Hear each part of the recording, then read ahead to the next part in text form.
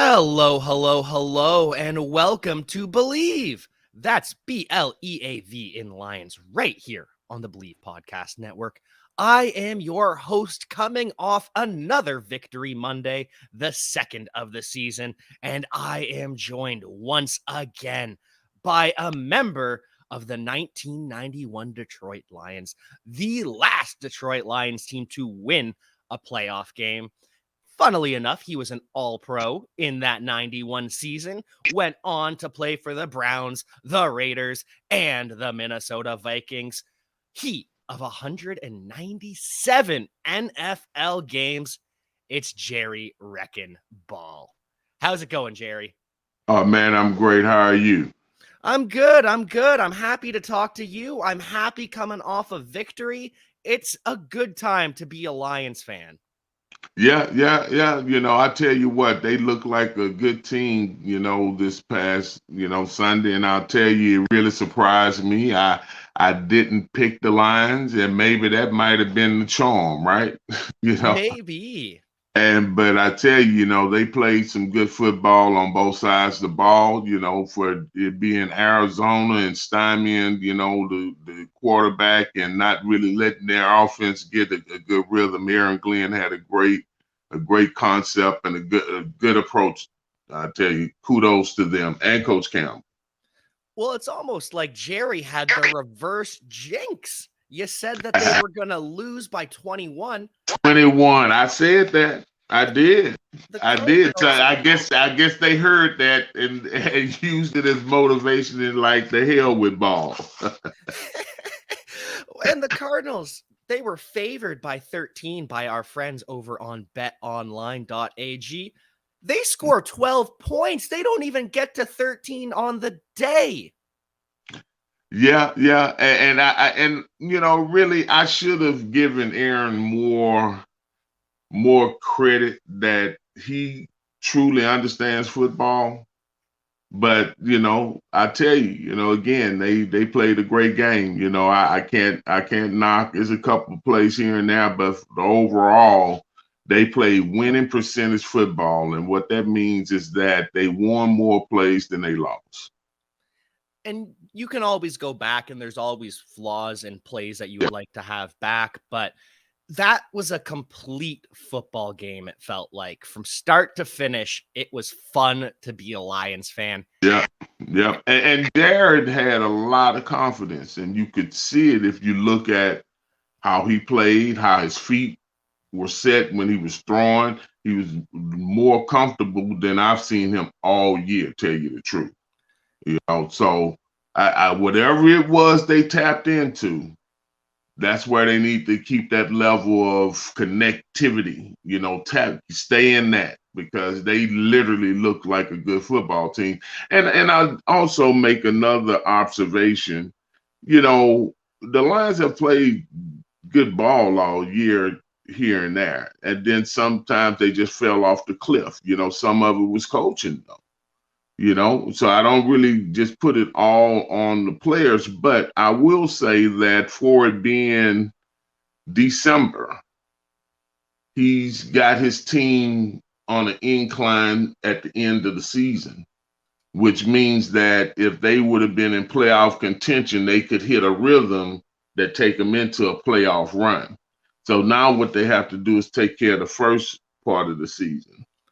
And you talk about how you can break the season into quarters. If you look at the last quarter that we've been through, the last 4 games, 9 touchdowns from Jared Goff, only 2 interceptions. He's playing winning football.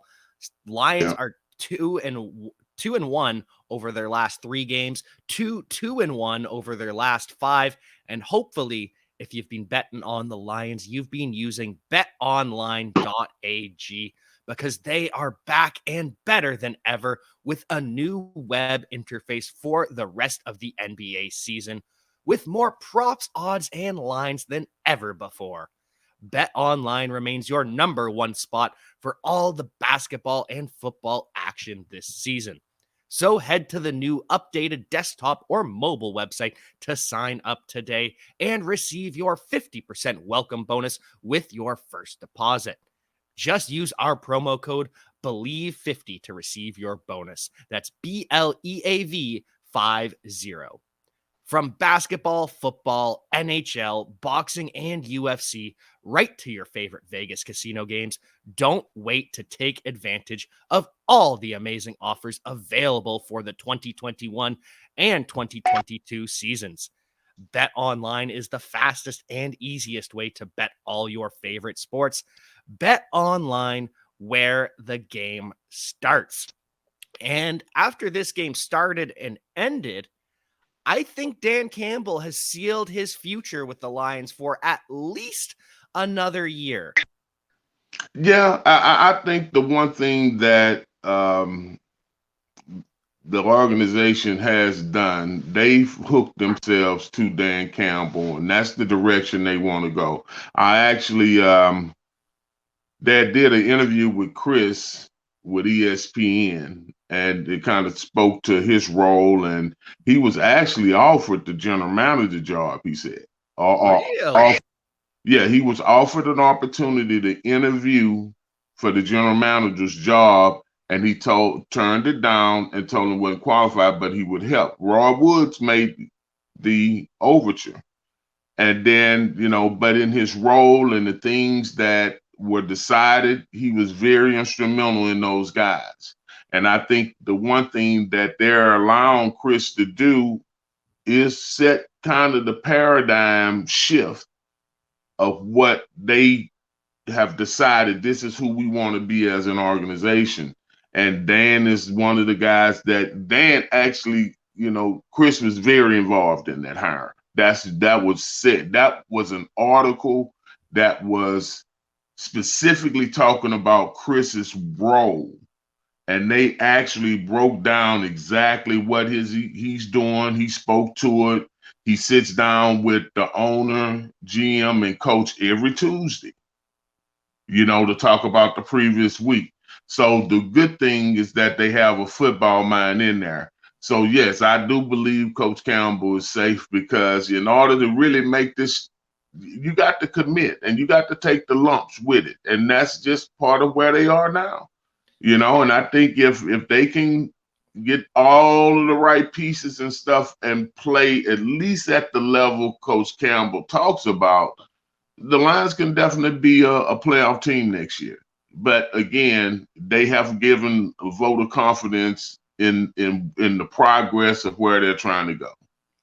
I agree with that completely. And if we had lost the rest of the season, there would be a conversation what happens next. But when you're playing that hard in December as a one win at the time team against the best team at the time in the NFL, that takes heart. And what you mentioned with Chris turning down the GM job, that takes a little bit of humility too. That's Yeah, no doubt, no doubt. And I probably said it stronger than the way that he said it. He said that Rod Wood asked him if he wanted to interview for the GM job.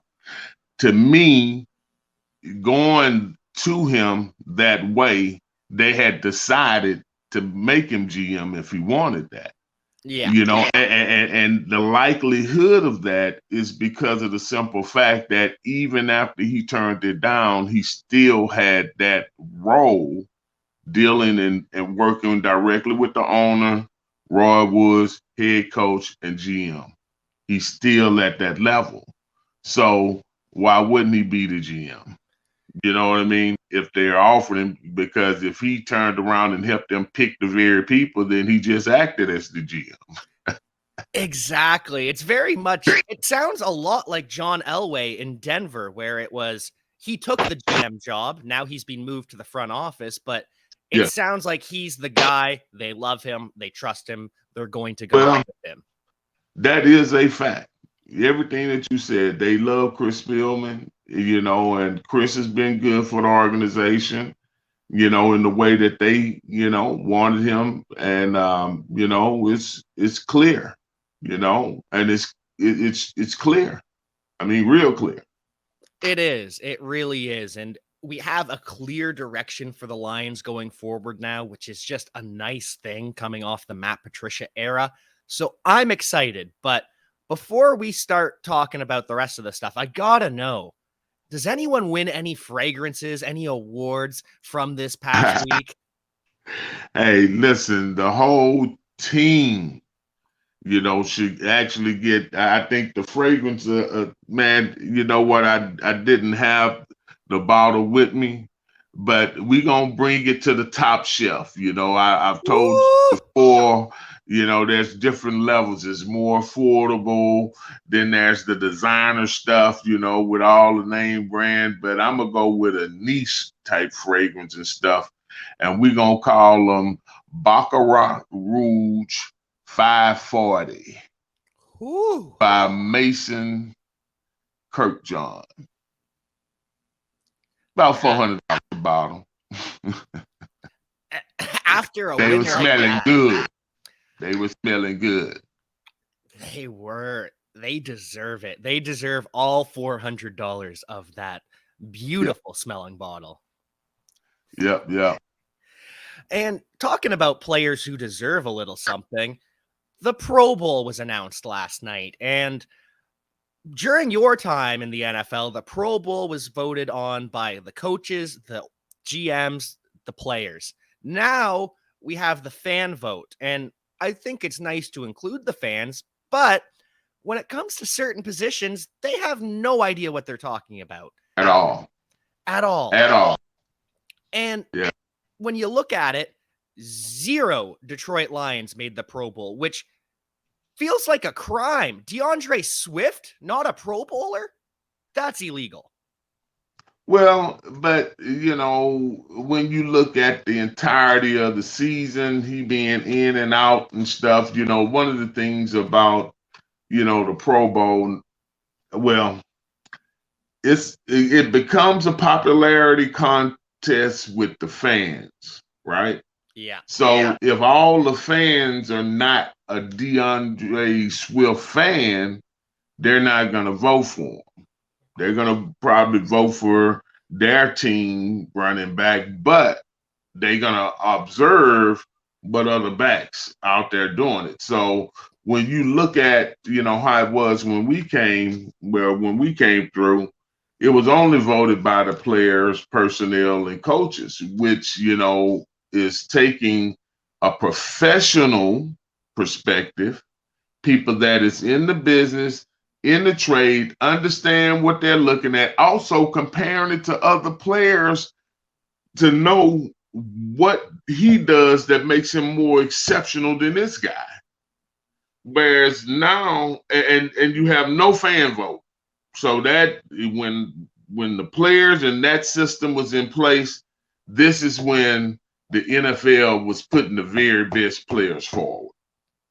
Now, when they made the actual change to give the fans 50% of the power of the vote, now you're talking about social media, popularity. A guy, comes from Oklahoma or Alabama, it brings all those fans with him, and they're going to vote on him regardless, just because he went to Alabama. Now, when you compare, say, let's take the big back out of Tennessee from Alabama. Yeah, it's clear that he's a superlative. So he being from Alabama is just a plus, right? Yeah. But then you take another back from Alabama that's out there, that's on the team. Does he get the same votes as Henry with the Alabama contention? No, but he's going to get some. Why? Because he went to Alabama. So it becomes a popularity contest, and then fans distort based on what the commentary, the analysts, and everyone is speaking of, because no one is watching every game to compare, but the players, but the coaches, but the personnel people. Even when you're not playing a team, you get to see the other team play against them when you're breaking down film. So there's always this comparable analysis of what they did in play. But then when you break it down, you say, damn, man, you see what Reggie White did to him on that play? Damn. Did you see Mike Singletary? Damn. Did you see Barry Sanders? That means everybody that watched that game, every personnel person that watched that game is saying the same damn thing. It's jumping off the screen. And you can see it, not someone telling you.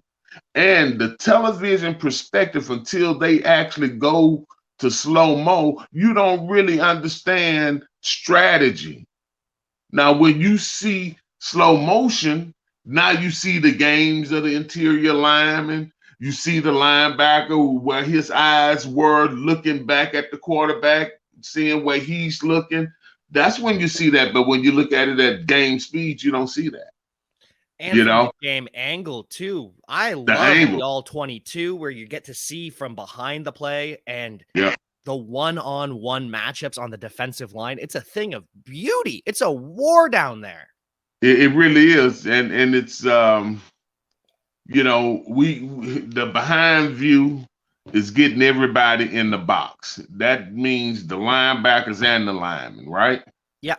Now, when you get everybody in the box, now the defense can really see, the linebackers can really see if they took a false step or if they was too wide on the game or those type of things. So that's where a lot of coaching take place. And now because the difference between how we responded on the sideline and how things are now is that we had to wait like a fax machine, and they would send pictures so that we could see in the very last series, if we're sitting there long enough, unless it's a sudden change like a turnover, we would get pictures to see where everybody was lined up. We get pictures to see the first 2-3 steps to see what the guy did on his initial move, and then the coaching point is made. Now they shit just stream straight to a little laptop and shit. They can play that shit back just like we looking at it in replay TV. Totally different of being able to make those adjustments. But even in the coaching aspects, a coach only puts you in positions, alignments, and assignments. It's what you do and people understanding what you're being asked to do that actually gives you the nod to say, damn, he does that better than the other guy. You talk about one guy like a Reggie White that could play the run and rush the passer, and then you compare him to Bruce Smith. Bruce Smith was known for actually being a pass rusher, but Bruce Smith could play the run just as well as Reggie. And that part of it, people wouldn't, because you didn't look for him to do that. You look for him for the sack. Yeah. But you weren't paying attention to the other stuff. So it's just a different eye. It is. And when you're a Jerry Ball playing nose tackle, playing all these guards and centers, you can appreciate a Randall McDaniel and say, yeah. That man is a Pro Bowler. Kevin Glover, he's a Pro Bowler. Yeah. So it's those kinds of things that I kind of miss. And we still do have the All-Pro voting coming in. That is voted on a little bit more by people who are watching it all. But still, it's disappointing. No Penei Sewell to the Pro Bowl. No Amani Oruwariye, even though he's third in the NFL in interceptions. Yeah, I thought the DB would have gotten a nod. But I tell you what, here's the real, I think Penei is going to definitely be on the rookie team. Here's one of the distinctions that we really need to make between the Pro Bowl and All-Pro. You see, a lot of players and people just in general public will say, hey, tonight we have a special guest coming in and we're going to have NFL All-Pro such and such, such. And that person has never been All-Pro. Yeah. But they use it as a promotional type deal. The difference between All-Pro and Pro Bowl is very simple. All-Pro considers every player, regardless of conference, regardless of record. They are the very best out of everyone that actually puts on a uniform that year. Making the Pro Bowl is easier Oh yeah. than being all pro. When you're all pro, that means that it's very clear that you was the best running back this year. You were the best fullback. You were the best center. You were the best two guards. And it ain't no, they got a second team, but the nod is being considered all pro. And I was all pro 1 year and second team another year. Okay. But a lot of fans don't know that's the difference between saying all pro and Pro Bowl. That's a very different difference. And after all pro, you get enough of those, then it's Hall of Fame. Hall of Fame, all decade, all Yeah, history. yeah. Well, once you do Hall of Fame, though, you in immortality, Oh yeah. And this is coming from a man who's made 3 Pro Bowls, who made a first team all pro. You know how hard it is to accomplish that. It's very hard to even be considered back in our day just to make it to the Pro Bowl. This is literally how it was, a rite of passage to the Pro Bowl. We ain't even talking to you about no all pro.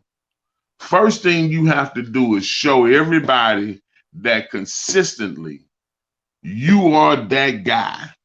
A guy like Reggie White and Barry Sanders and Randy Moss that come in their rookie year and they light that shit up and become all pro. That don't happen often.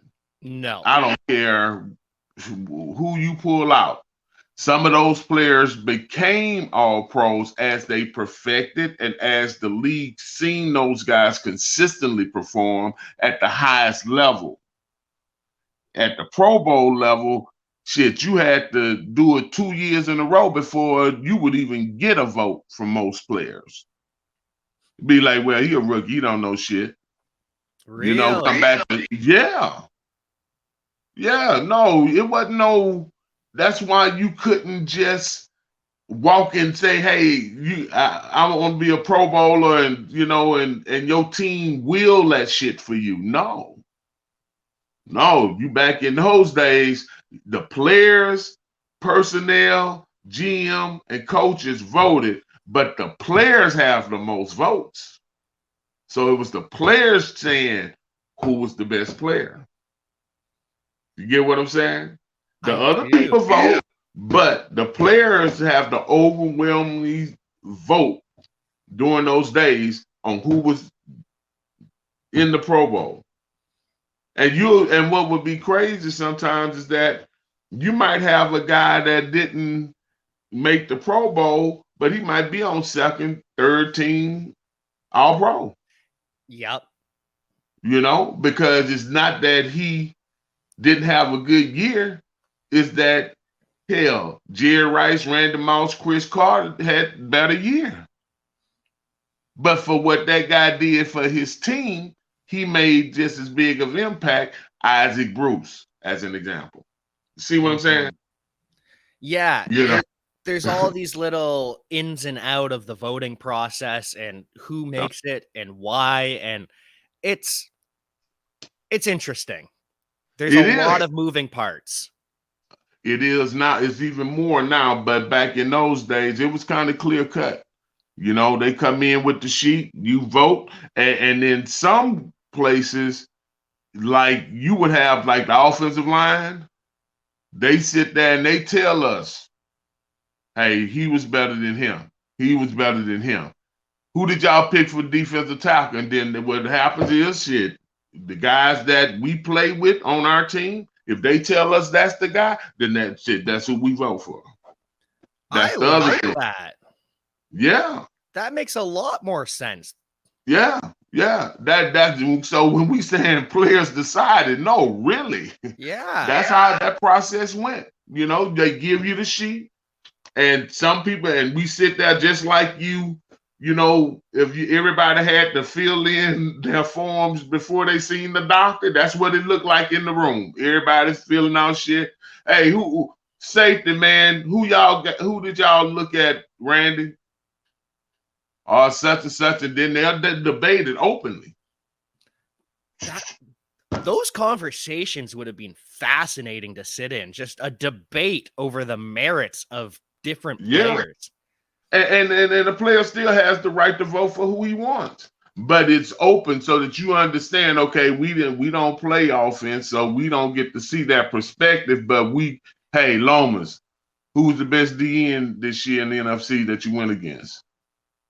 Because it don't matter about interconference. He can tell us, like, yeah, such and such. All he could tell us, man, old boy kicking ass, man. We ain't played him, but y'all need to check him out. Like, you take like a Javon Curse when he came in. Yeah. Javon Curse was a freak, but he came in and he benefited from the change in that system. Because when you would see Javon Curse making plays, it's the highlight plays of the sack. But then when you come back and watch him under film, the way we look at him, we see he don't have no technique. Same with J.J. Watt. Now, a lot of people might not want to hear that because they're fans of those players.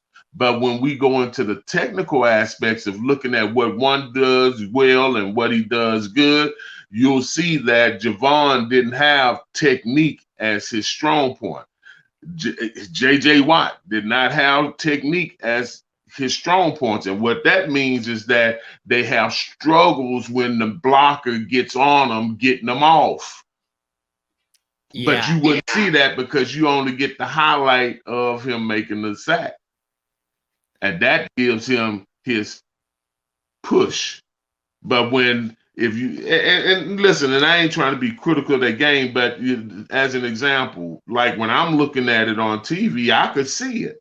But I know a lot of people don't see it. But if you look at it in the football world, you'll see that when teams run away from J.J. Watt, as an example, he's a beast.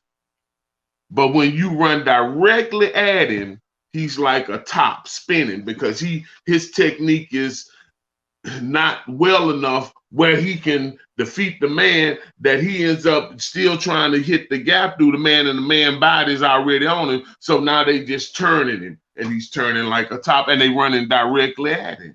But you don't see that, and you don't know that his technique ain't sound. And that's what makes Aaron Donald so impressive, because there's guys like J.J. Watt who they get by just being a physical freak. He is just a better athlete than everyone. Don't run by you. Aaron Donald, he's a better athlete than anyone, but he's got better technique than anyone too. Clear cut. That you couldn't have made it no clearer than that. That is a clear cut example. He can play through the man or run through the gap. And he's strong as an oxen. Yeah. He'll run your ass over.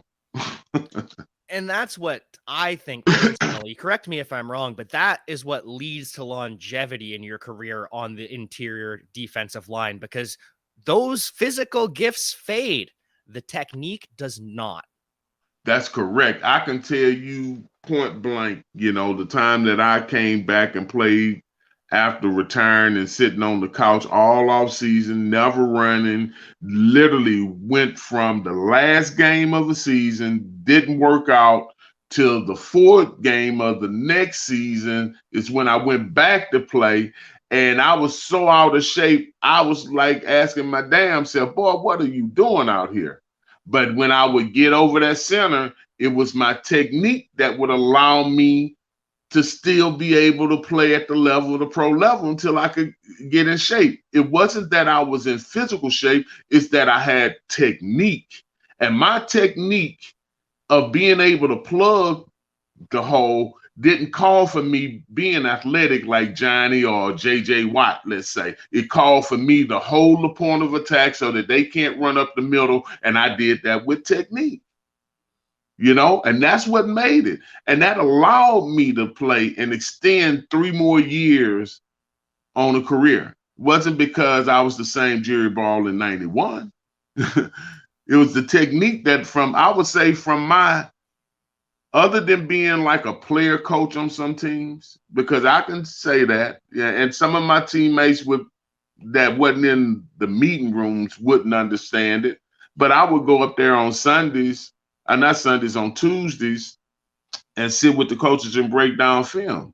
And then when I would see certain things and we have our first defensive meeting, the offensive defensive coordinator and all position coaches are all in the room. And when the coordinator going over certain things that we talked about, I would make a point, hey, hold it right there, folks. I say, hey, when this wide out does such, and I'm the nose guard talking to them about the wide out, but I'm looking at the tendencies, I'm looking at the stats, I'm looking at the sheet compare. When they run this play on film, there's a statistician that has showed us that every time in this formation in 3rd and 4, they normally do this 77% of the time they're going to run to the right.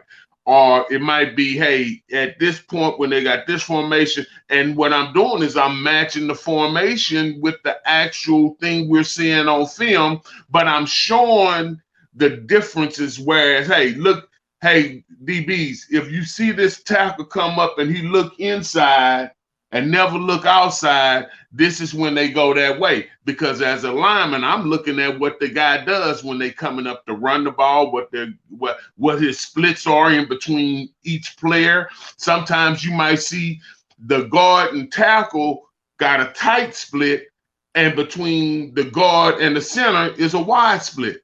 Well, you don't see that from the side. You see that from this angle. Now, why would they do that? Because they might want to pin that guy on the end so the tackle and the guard to get closer to work together so that they can pin him and then go up to the second level. But you would see that in their splits. You wouldn't see that in necessarily what they're doing. And those are the type of things that we see and we know. But technique is what's going to allow you to execute once you see, hey, and you don't play plays. Let me just say this again, because part of the technique aspects is understanding your alignments and assignments.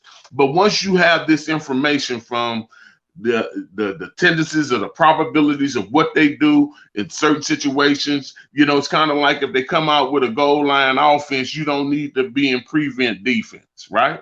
Yeah. All right. Well, in those same logical ways, that's what you're building your game plan around what we know they do, what they don't do. And every now and then you might see a wrinkle, is what they call. A wrinkle is when they show you that formation and they do something that they've never showed on film. Yeah. Then that's where you come back and you're coaching and trying to get it on that little sheet in between the series. Hey, man, they came up and gave us this look and stuff, but he didn't go inside, man. He released straight up the field. I had to carry him up the seam before I could get to the flat, because if not, he would have been open. That's a midstream adjustment. So those are alignments and assignments, but the technique is, did you keep your inside leverage on him? No, I had my outside leverage. Well, that's the problem why he was able to release inside and get over there so quick, because you wasn't inside. That's a technique thing. So again, technique is really how you win at this game. It is. It really is. And I think that's something going forward for the Detroit Lions that is going to be good because of all the former players in the coaching room. They know their technique. You have a guy like Antoine Randall L., a phenomenal receiver. He knows technique. He can teach that to the receivers, and it's working. Look at Amon-Ra St. Brown, 90 yards on 8 receptions last week. He is leading all rookies in the month of December in yardage. He's 3rd in the NFL in receiving yards among all players this month. That kid is good. Yeah, he's good. And Randall and he actually are similar in how they play, but definitely Randall was a playmaker, so it's not surprising. Again, Chris was involved in every hire too, even at those positions. They talked about that. Okay, that's good to know too, because man, listen, it actually, I'll be honest with you, Jack, I suspected it, but I appreciated Chris saying what it was and what it is, because now that gives me more confidence. Honestly. Yeah. Because it's not a CPA that's making that call. You get what I'm saying? I And I'm do. not saying that there's not financial people that's not astute about the game. But I'm talking about the Detroit Lions. And I'm not saying they didn't have that with Mike McMillan. I'm not saying they didn't have it with Patricia. I think the culture differences of where the league is now is one of the adjustments that they still have to make. But from a football standpoint, they really do have a football guy in their ear in Chris Spielman. I will say that shit. Chris And Spielman is a football guy. He is that. So in that, I give kudos to the Lions. I do believe that, there's still some other input that they need to have because just being culturally just straightforward, there was a TikTok that I was actually watching, and it was Denzel Washington talking. And he was in a little sit-down chat, looked like with some students, some journalists, and another panel that was with him. And Denzel was saying that he feels that an African American should tell African American stories by film, documentary. And they say, well, why is that? Why should it be an African American? He said, well, let's talk about it. He says, what's his name? Scorsese? Sarkeesian? The guy that directed Godfather. Oh, Scorsese. Martin Scorsese. Right. He say, now Martin Scorsese, I'm sorry, I'm chopping up his name. He's a new guy now. But this was his point. He said, as an Italian, he told an Italian story. He said, but Spielberg, and they said, was it the Schindler's List? Yeah. Did the Schindler's List. But Spielberg could have done Godfather, and Scorsese could have done the Schindler's List, and both done equally, probably as good. But there's culture differences in the story. He said, just like an African American would understand what it is for a hot comb in the kitchen with hair burning. Do you know about that, Jack? I personally don't.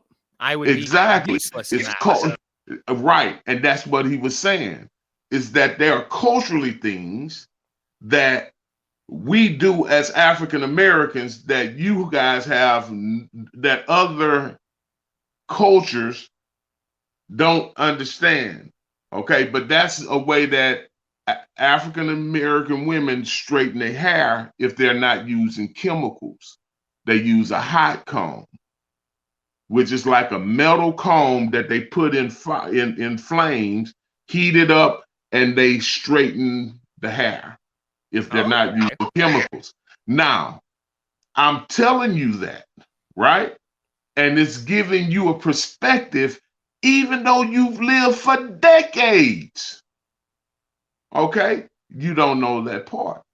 And that's the disconnect that from my time to this time, that even though the Lions or the Fords own the team, even though they've made a great job in bringing Chris and football people in it, and even with Holmes being a general manager, he understands some of the cultural things that it takes to get those guys in the locker room, but it's different. You can't not have that input in how you actually move forward when you have that many, and I'm not going to say cultural differences, but you have differences of perspectives from a culture perspective. And unless you understand it, oh, it's football. Yes, it is football. But then if someone is, celebrating Kwanzaa versus Christmas, it's Christmas, but it's a different celebration. You get what I'm saying? And those are the little things that make the environment of building a dynamic organization. It's when the organization accepts and says, hey, we're inclusive, everybody is a part, And in our days, and I'll say this again, and I'll say it in Chuck Smith's face. I remember one time when I went up to the office, it was on the Thursday, and I had found out that they were going to black out the game in Detroit so that the people in Detroit would not see our game. And we might have had about 8,000 to 9,000 tickets that wasn't sold. Well, first of all, you talking about a stadium that, held 80,000 when you put it at capacity. We got 69,000 people in the stadium every week, win or lose. So you're making the money. And I said, Chuck, why? Well, Jerry, we got to have certain tickets. I said, man, well, why don't y'all give those tickets to the boys club, to the schools, to the band, to all these auxiliary groups, to nonprofits and all that? And you can write that off, and then everybody in the region get to see the game. Chuck Smith literally said this. We are not trying to be everything to everybody. Now, that was his response.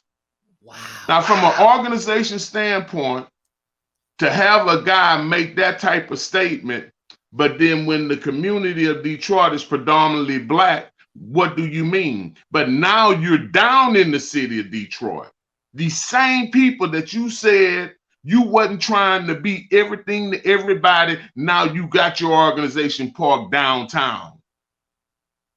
And at one time, the way that the people in Detroit looked at the Detroit Lion players is that only players that are interested in the city come to the city. All the rest of them stay out there in Oakland County, and the Lions send them to all the suburb stuff, but don't send the players into the city. But that had to change when they moved into the city because it was culturally different being in downtown Detroit than it is in the suburban of Oakland County. So that they could see that. I promise you they seen that difference. But from the standpoint of internal decisions and how they come about making decisions as a team, yes, you make a decision for the whole team, but you have to use the consideration that if this guy is a Muslim, don't eat pork, you don't serve him pork. If this gentleman is Jewish, and he wants to have a kosher meal, you respect that. You get what I'm saying? It's not against anyone. It's in the basic respect of inclusion and understanding that, hey, yeah, we're different, but we come together for one cause. And I think that that's part of the message that Dan is definitely pushing through. But I think, they need, and again, I'm not saying homes don't give them this perspective. But if they're not talking to African American that don't have nothing to gain, are they getting the truth? Or are they getting what Mr. Ford said to me? Jerry, they tell me so much stuff with so much sugar on it that I get a toothache listening to them. He said that to me, meaning that he didn't trust what was being said to him because I was the only person willing to tell him the truth. You know why? Because my attitude, I'm friends with Michael Jordan. I'm friends with Isaiah Thomas. They winning championships. I want that shit. I'm friends with Michael Irvin, Emmitt Smith. They winning championships. I want that shit. Okay? But then I turn to my organization and I don't have no support. Even from the standpoint, if you look at, during the time of the Barry and then eventually Cavanagh, those are missteps. Those are missteps. But you take those same guys and you the same way that they take the goodwill of the player and institutionalize it for their benefit, bring them guys in. But don't just bring the names. Bring all of the players that's already there in Michigan, already wanting to be involved, get them involved by creating that platform for them to be involved, but not taking the idea that, hey, look, well, yeah, we'll call you guys. We got some appearances and things like no. Bring them in and let them sit in on some of those critical meetings that you guys are having so that they could give you an unbiased perspective that might help you see past some of the past ills that you continue to carry forward, so that now that you're building this new dynamic organization, that you can build it with the intent of anybody coming into the organization feeling like you just walked into heaven, because there are organizations like Baltimore, the 49ers used to have this, that the Raiders, all of them, that damn, if I could just get to the 49ers, or damn, if I could just get to the Raiders. Why? Because players tell you how the teams are treating you, you know. And and believe it or not, I never ever really bashed the Lions to other players because I wanted the players to come play with me. You get it? Yeah. But it was things that they would do that was just didn't make sense. But anyway. Yeah. So well, that's why it was funny when they blamed you for Reggie White not coming, because it wasn't your fault. Yeah. And that's why you say it all the time. It's a human issue. It's a humanity issue. You can't move forward if you don't understand someone else's humanity. You need to have those conversations. Yep. Just different motivation. And then these younger kids and stuff, I can tell you, hell, the only reason why I'm in step is because I got millennials and daughters and got grandkids. But other than that shit, man, I don't really get it. I don't get it all. But at least I will. Trying. Exactly. Well, what I will do, I will not force my will on them. Because I give you an example, just basic lesson. So my daughter's at college, she's at Texas State University years back. I think it's about around 2016, 17, or somewhere around there. So she's like, Dad, I need a couple $100 and stuff. I said, okay, well, I'm going to send it to you and stuff. Let me go find a Western Union or a MoneyGram, a Walmart to send it to you. She's like, Dad, you don't have to do that. I'm like, what are you talking about? She say, do you have Cash App? I'm like, no. What is that? You ever heard of Square? I said, yeah, I see that Square. But do you have it? You download it on your phone. So I downloaded. Then she started telling me, she say, yeah, now you put your account and you attach. I say, girl, I'm not attaching my account to no shit like this. This is my initial response. So I eventually gave in, put it on my phone, and I sent her the $200, right? And I thought to myself, like, damn, I would have got in my car, ran to the nearest location, had to stand in line, and all I did was just pull my phone out and send her money. I'm like, shit, what else they know? And that's why humility is so important. Just having conversations for something as basic as how to send money to someone else. Hey, and what it is that in our generation and older, we're set in our ways. Technology and the evolution of the game is the same for them. They're going to have to always make sure that they're not in the antiquated approach and approach things from looking at, is this something that actually is expanding? Is this something that is new? Is this something that we can sustain and incorporate it?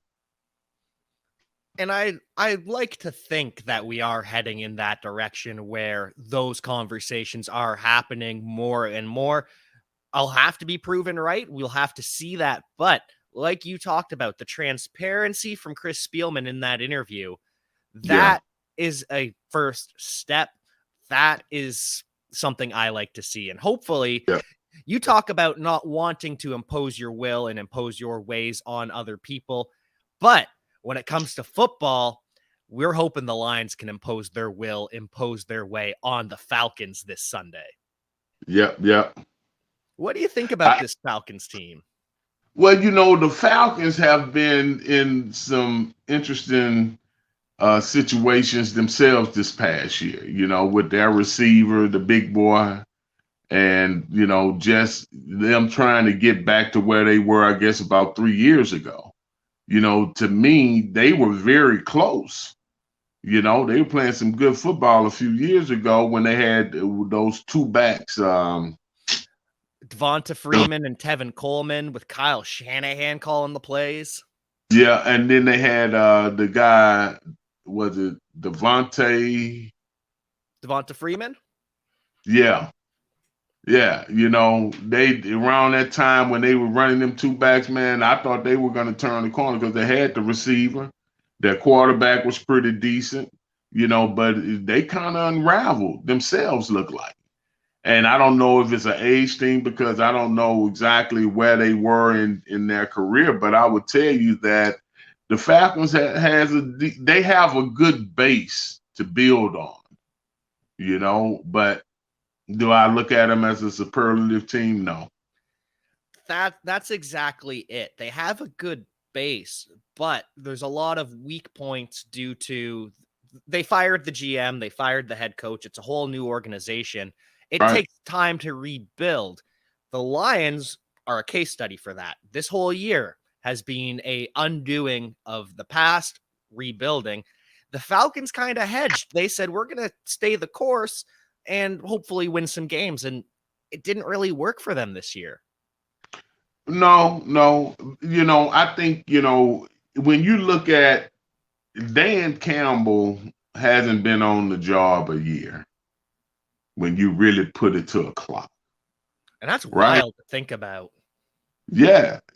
But we also are putting the weight of 30, 40 years of frustration on a man that only been on the job less than a year. In some ways, that's not fair, right? Yeah. But because it is sports and we in this microwave culture, give it to me now, Billy Fast.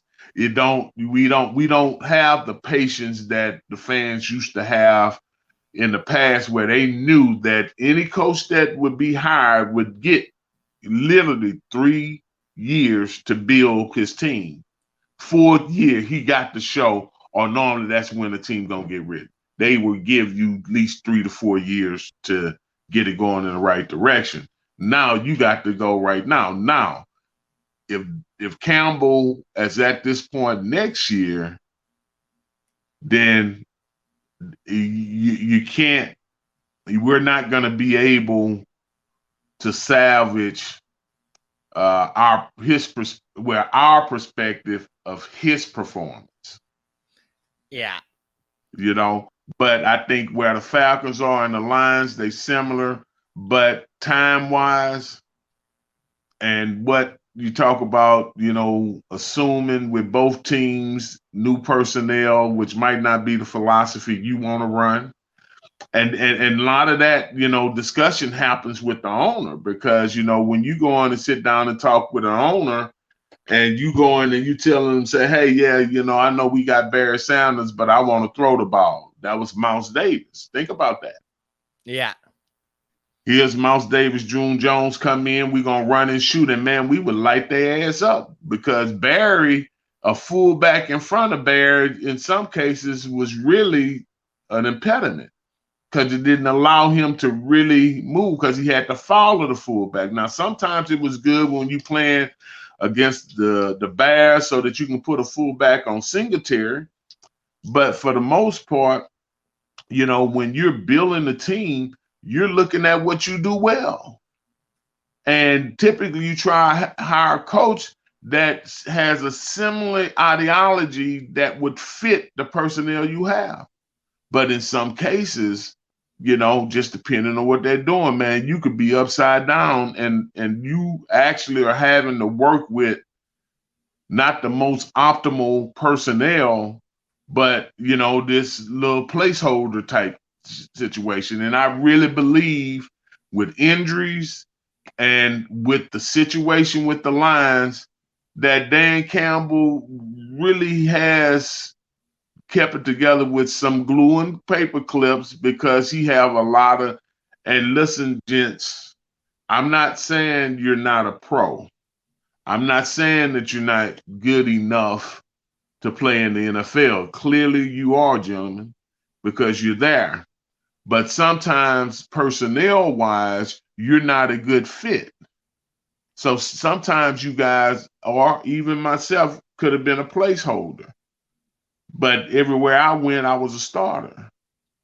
Okay. So it wasn't so much that I was a placeholder as much as it is I was moving around in my latter years and I was being used to stabilize the line from a run standpoint. And that was the intent. Yeah. Okay. So they were matching me with their scheme when they brought me in. It takes some time to find a guy that actually going to fit that. You know, if you're Dan Campbell and you want to run the ball like he do the double tight ends, you know, those two tight end packages, they work. But just imagine if you had two tight ends that could really block and two tight ends that could run routes. Yeah. That's a dynamic that most defenses aren't built to deal with, because they're going to always have a strong side and a weak side linebacker. And in most cases, if you got to bring a linebacker over a tight end, normally he's there over covering him. When he blocks is when they choose to run at him. But for the most part, he thinking coverage first. You know, especially the weak side back. But anyway, that's kind of, got into some other nuances and stuff. But I think for both teams, they find themselves trying to find personnel that's going to fit whatever their, shift is. Whatever those changes were designed for, it's going to have some player movement, definitely this offseason. Yeah, and the Lions have a lot of money to spend this offseason. Falcons, they're a little bit tighter up against the cap, so they're going to have to make some budget do some budget shopping, some bargain bin shopping to find those players that fit their system. Yeah. And the Lions, fortunately, to fit their system, they have a couple draft picks in their back pocket to do that with, but they are no longer picking first. The Lions are no longer the worst team in the NFL. They are 2-11-1. The Jaguars are 2-12. The Jaguars are the worst team in football. Yeah, I've heard after the win, I seen the Detroit Lion fans upset, like, damn, we gave up the first slot. We can't do nothing right. I saw that too, but I think when you can get a win like that, it's just so good for morale, the team, the organization. It's worth losing that pick. Well, think of it like this. The only thing that you're doing is saying that I get to choose first. But here's the deal. Name me 5 number 1 picks that actually had great careers. 5. And we're talking great careers too. We're not talking Great. Jared Exactly. Goff, former 1 overall pick, where it's a good career. Great. We're talking great career. Yeah. Yeah. I don't know if I can do it. I'd have to do some research. Damn right. You know why? Because that number 1 pick is just a pick. It doesn't guarantee shit. That Barry was the number 3 pick. Deion Sanders was the number 2 pick that year. Right? Yeah. So either one would have been a great pick. Get it? Now, that's not how it always falls in the draft. And when you start really understanding the draft aspects and the value, man, that second pick is just as valuable as that number 1 to another team that wants to move up to get that one guy that they want or that one guy that they need. Yeah, I'm not too worried about the Lions losing draft pick capital because of wins. I will take the wins and be happy with them. And I truly believe, you look at the Texans and the Jets, they're tied at 3rd and 4th with 3-11. I think the Lions are better than the Texans, better than the Jets. I think the Lions are still underappreciated. Well, the way that I kind of look at it, I don't try to compare them head to head because I don't think in a lot of ways it's fair on teams, especially when you're talking about differences in conferences and who might have played a winner schedule versus a losing schedule. And I don't know if fans know about that. You know, at the end of every year, what they do, they take the teams that didn't do as well, and those are the ones that's going to be on your schedule if you didn't do well. Yeah. And teams that won, you'll see they're the ones going to play the other winning teams at the beginning of the season. And they set the schedule to create parity. Okay, so it's not so much the luck of a draw that they go over there and say, "Oh, we're gonna pull this out of the hat," and okay, they're gonna play the Redskins. Nah, no, they do based on records. So you're gonna see those teams like Jacksonville, the Texans, and the Lions playing each other next year because of the records. All right, and a lot of people don't know that's how they set those teams because parity wise, you want it to be a competitive game, entertainment. And All right. if you look So back, that's why Tom Brady and Peyton Manning played all the time because they were the best teams. that's right. And the greatest indication is always them first few games where you'll see the NFC championship game of a previous year be the first game on Thursday night, and then you'll see the AFC championship teams, they'll be on Sunday night. And then you get what I'm saying? Because it leaves you right back where it ended for your team. Yeah. And they're back playing that same good team. But here's the caveat in all that. And this doesn't matter to Tom Brady, anybody, but that's what makes Tom Brady, I think, probably, right now, there's about 4 or 5 athletes that I think are historically significant in America. Ali is one. Yes, he is. Okay. Jordan is another. Mm-hmm. I think I can go through a whole slew of basketball players. All right. But I'm talking about them one-on-ones type. All right. Tom Brady is in that. All right. But what makes Tom Brady to me is, and I'm gonna say Jordan is hard, but you only have to get 2 to 3 other people to help you win it in basketball. In football, you got to have both sides of the ball do your part. See, in boxing, it's one-on-one. You defending and you hitting. In football, the same guy that do the hitting ain't necessarily the one gonna do the passing. But for a guy like Tom Brady to, like, as an example, what did Tom Brady do for Tampa Bay? Came to town and won him a Super Bowl his first year. First year. And he heading toward 50 years old, right? Yeah. But what is it? Some people might say, "Oh, is that it?" Yeah, it is a part of that it factor. But whatever it is, it rubbed off on the others. Okay? And the way that he works rubbed off on the others. And the standard that he set with the Mike Evans and Brown and the rest of them rubbed off on the others. He elevated their expectation because he said, "I came to win a championship." So they mind became, "Fuck, we got Tom Brady in the locker room here. We can win it all." And they won it all. Because no one wants to let Tom Brady down. Yeah, well, it ain't even about letting it down, but it's about that belief system. Yeah. Or do you believe you can win it?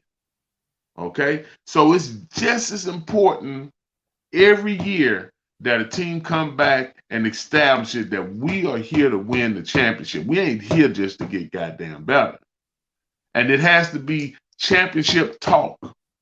Okay? Why? Because that's the goal. What's the end goal?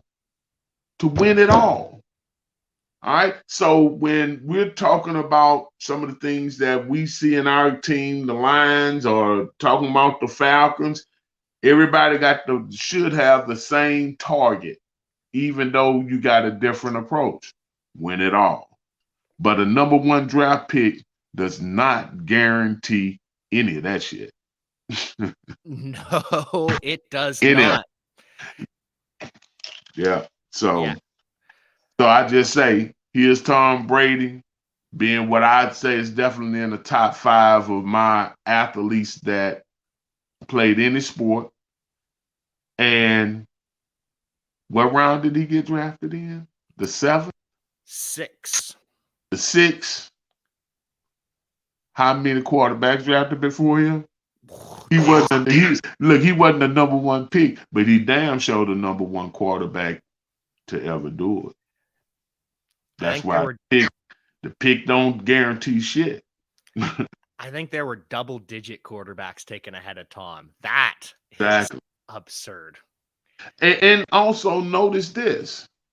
I'm gonna give you 2 players. I'm gonna give you another player, but Tom Brady and Roger Craig are 2 guys that in college were okay players by the standard of every other player in college, right? But both of them had superlative pro careers. You know what that means? That means sometimes a system can stymie a player because you're not giving them the best possible situation. You Bo Schembechler, you want to do the shit you've been doing. You Lou Holtz, you want to do what you've been doing. You Bobby Knight, you want to run your shit like you've been running your shit, right? So a player have to adapt.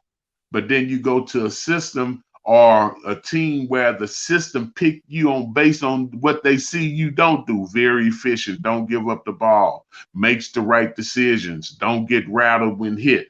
You know, like, okay, that's what we need right here, because we're not gonna just win it with the arm, but we do want someone that has an efficiency, someone that can stand in that pocket, because we want to throw from the pocket. We don't want to throw on the scramble. And that's all designed in the decisions. So when they're talking about the number one pick, number 2 pick, okay, damn, does that mean that I have to pick the best athlete? Or do I go get the guy that's best for what we're looking to feel that you like? If Aaron Donald right there is now available for the draft, right? And then you have, give me Tyreek Hill, and you don't know that he's going to do what he's done in the game. You got Patrick Mahomes, all right? You don't know what he's going to do in the game, but you get the chance to draft them not knowing that they've done what they've done in the game, right? Yeah. All right, there's no way anybody else could know either. That's why the draft pick itself, whether or not you go, if the Lions had the number 1 pick and took the kid over there at Michigan, the lineman, that would be great for the state, but is that good for the Detroit Lions? You know, that, yeah, you get some fans, you'll embed some more Michigan fans, and when I say Michigan, I mean Go Blue fans. You'll embed some more, but you already got them.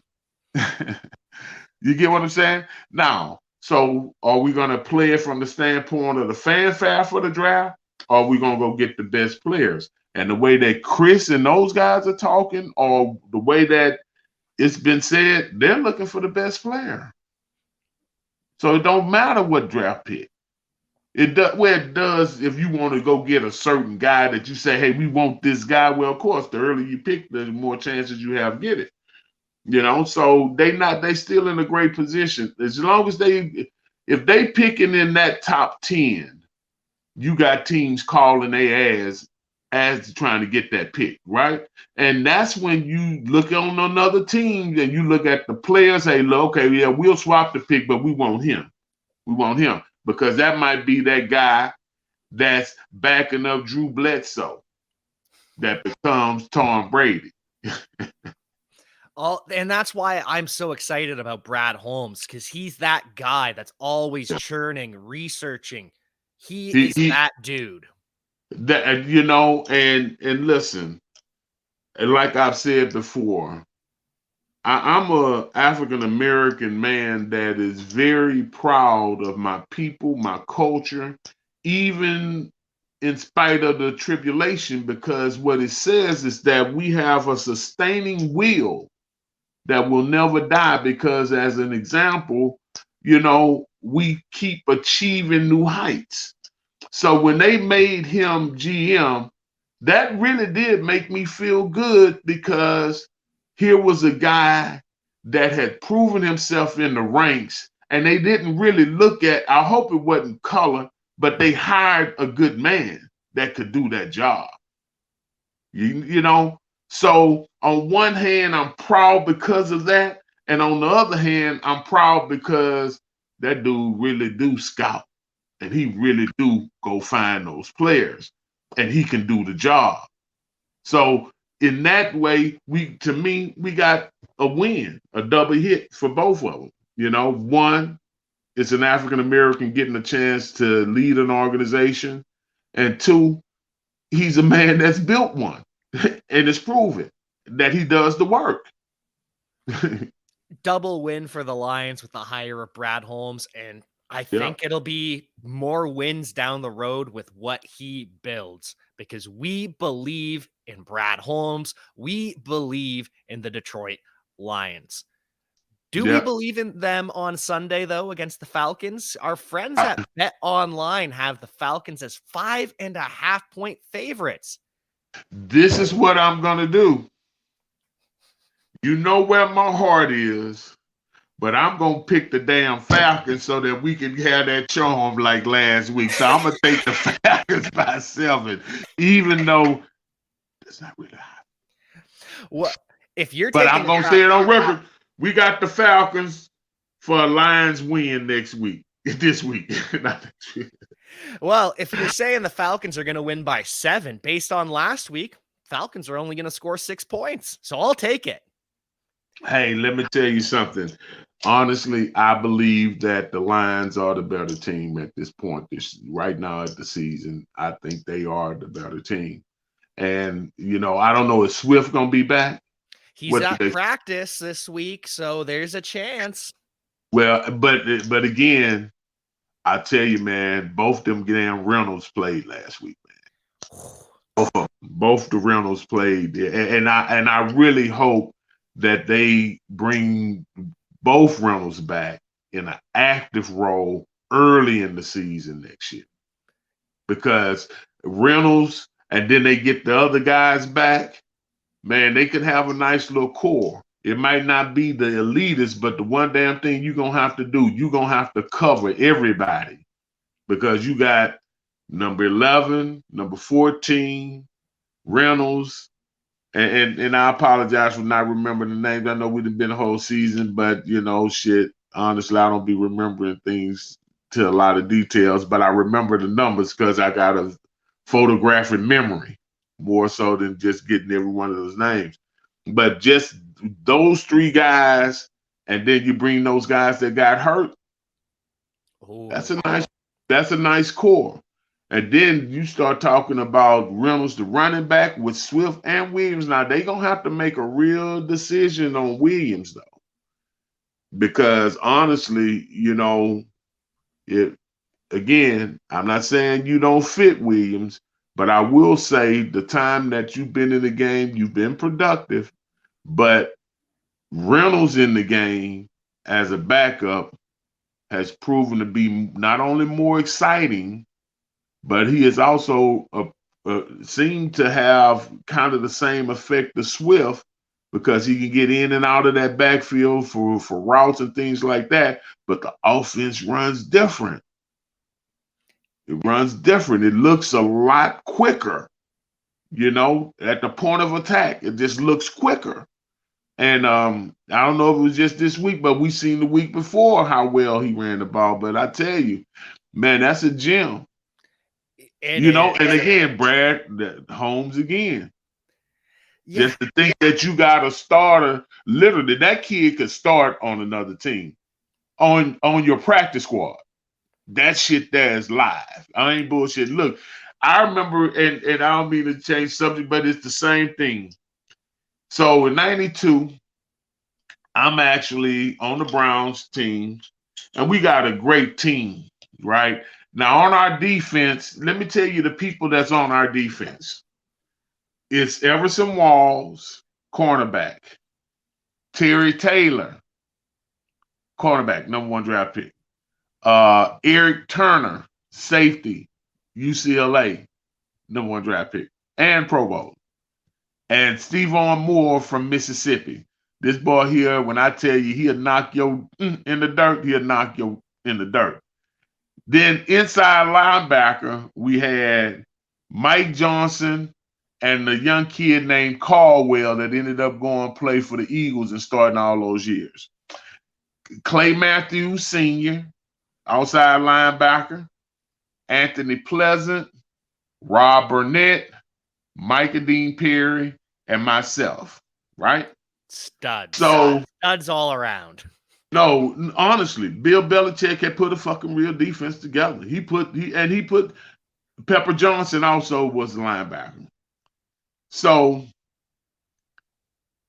when you have this type of defense, you know you gonna be able to shut down good teams just because everybody can hold their own point, right? But that was this kid lighting our ass up in practice. And I'm like, God damn, who is this? I'm like, damn, who is this? And one day I went to Bill. I say, damn, Bill. I say, shit, we need to activate him. He killing our ass out here. It was Keenan McCardle. Yep. He was on the practice squad. And you know what? He left on plan B and go to Jacksonville Jaguars, end up being one of the all-time greats in the NFL, should be considered for the Hall of Fame. I know he and the guy, other receiver, both was a great tandem, but this guy was on the practice squad. And I'm like, shit, his ass need to be starting for us right now. Because he's going against a good defense in every practice. He lighting their ass up back there. And I'm like, who the hell is this mother? I'm like, man, y'all can't shut that shit down, and we're in practice. But that's how it is. And that's the same way that I look at this back, Reynolds, that like, man, they kept this kid around. I swear, if they don't keep him around, another team gonna snatch him. And he's gonna be a great player and a great starter for them. And that's what I see. A player that could start somewhere else, and only because they had him on the practice squad, other teams didn't get a look. But the cat is out of the bag now. Yes, it is. You better believe me.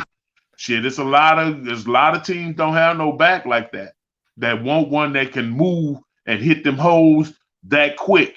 A lot of backs, they dipping and dabbing still in the backfield. This kid here, gone. But anyway, I'm tired of being a fanboy. Well, before we end the fanboyness, I do have one more point on Craig Reynolds. Go ahead. Did you know in his first 2 games, he is now the Lions' all-time leader in rushing yards through 2 games, 195 yards, past Mel Farr with that record. Mel Farr in his first 2 games with the Lions, 170 yards. Craig Reynolds, 195 yards. Hey, listen, kudos to Craig, and let me tell you something. Mel Farr, rest in peace.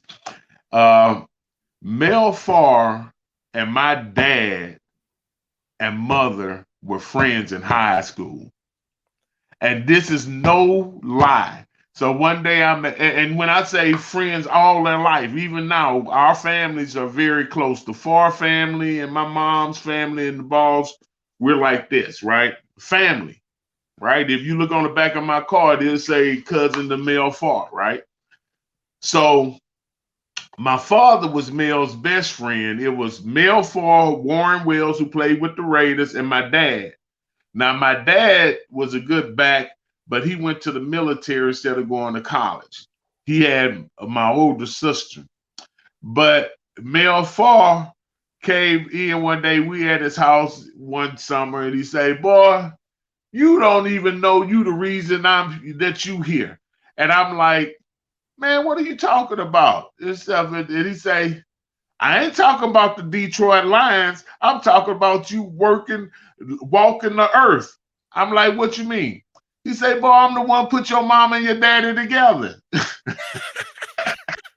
Mel Farr, the matchmaker. Yeah, yeah. And then of course when I came to Detroit, man, it was nothing but love. I even worked for Mel. I actually none of the Fords even know this. But I was in Ford's dealers program in 1990 or between 90 and 92, right before I got traded. But it was the last year that Ford had their dealers program, and I was in it. And I was working for Mel at his dealership, and it's where I had to work like the service side. Then I had to work on the front end, the sales piece. Then I had to work in the office because that was the training that was required for it and stuff. So you said Mel, but kudos to Reynolds. I just wanted to tell that little story because that was just a little tidbit. No kidding. It's always nice when we can merge the history of the Lions with the modern day and get a great story out of it from Jerry Ball. No doubt, no doubt. I've seen plenty moons and suns rise and fall. Well, hopefully we see a win rise and the Lions don't fall on Sunday. We're pulling for that. We are. Any final thoughts before we head out, Jerry? Well, happy holidays to everyone. And, you guys be safe out there. You know that COVID is real. Yeah, happy holidays. Stay safe. Make sure you're taking care of yourself, checking in on yourself, your family, your loved ones. Stay safe out there. Happy holidays. Happy New Year. We'll see you before then. But with that, you ready to break it down, Jerry? Yeah. 1, 2, 3. We We believe. believe.